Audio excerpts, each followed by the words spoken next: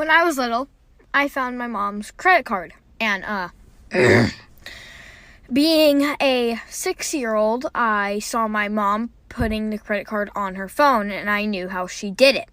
So, I decided that I was going to put it on my phone. So, I put it on my phone, and I was downloading Roblox, because I thought, hey, I can play with my friends here. That day, I spent $2,000 worth of freaking money on Robux. Let's just say a lot of my friends thought I was really cool and rich.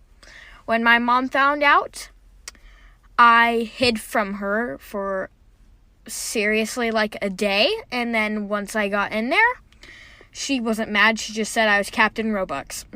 When I was younger, I was in Walmart and I was eating a tube of Pringles and I ate them while my mom paid, but I forgot to let the guy scan them, so I walked out the Walmart and the alarm went off and I just started running because I got scared and my mom couldn't find me because I was hiding behind the newspaper things, and the Walmart people called the police because I was missing, and when I hear them show up I thought I was a criminal, so I left my mom a note on the newspaper that said I went to Mexico to start a new life and not come looking for me, and then I took off running with my Pringles and ran for like an hour, and then the cops saw me walking down the road, so they pulled over, so I started running again, and then they were using the car intercom thing and they told me to stop running. So when I did, I thought they were gonna put me in handcuffs and take me to jail, so I was crying and I slapped the officer in the stomach and tried to run again, but he just held me back, and when he asked me what happened to me and I told him, he started crying because he was laughing so hard.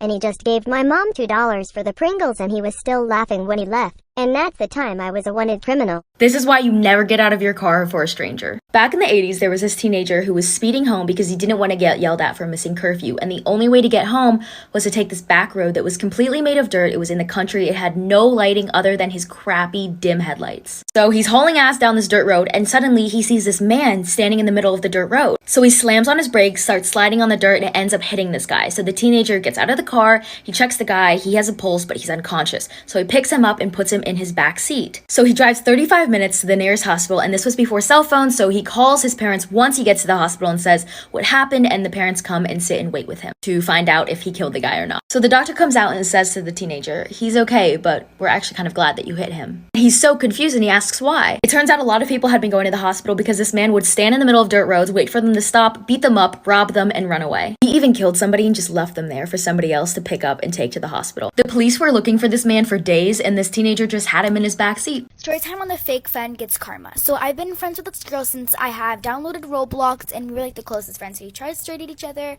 and like we were just really close. Until this one time when she downloaded TikTok and she made new friends, and I wasn't mad about it because, you know, I have other friends than her, and you know, she was totally fine with it, so I was totally fine with it. Until she blocked me on every social media, which is really weird because we've been friends since, and I don't know why she did it. Until one time she unblocked me on Roblox, and I finally texted her and asked her, why would you block me? And she even sent me death threats to make me stop texting her, which I did. I am going to be telling you a scary childhood story. When I was 2 years old, my mom passed away. My dad wasn't in the picture, so I went to go live with my grandparents. My grandparents lived in a super old home that was built in the 1800s. I was a very imaginative child. So when I told my grandparents that I used to see people in the house, they just didn't believe me. There was one lady in particular that I would always see. She would sit at the end of my bed and watch me fall asleep. I wasn't scared of her because I thought she was an actual person. Plus, I was super little, so nothing even crossed my mind. At this point, I was like 4 or 5 years old. I remember her talking to me constantly. She even sang me the song 𝘃𝗶𝗶𝗶 to get me to go to bed one night. Every single day when I would get home, I could see her in my window. At that point, I thought she was just waiting for me. She just wanted to be my friend, right? But as I got older, things started to get really weird between me and her. She wasn't this nice lady anymore.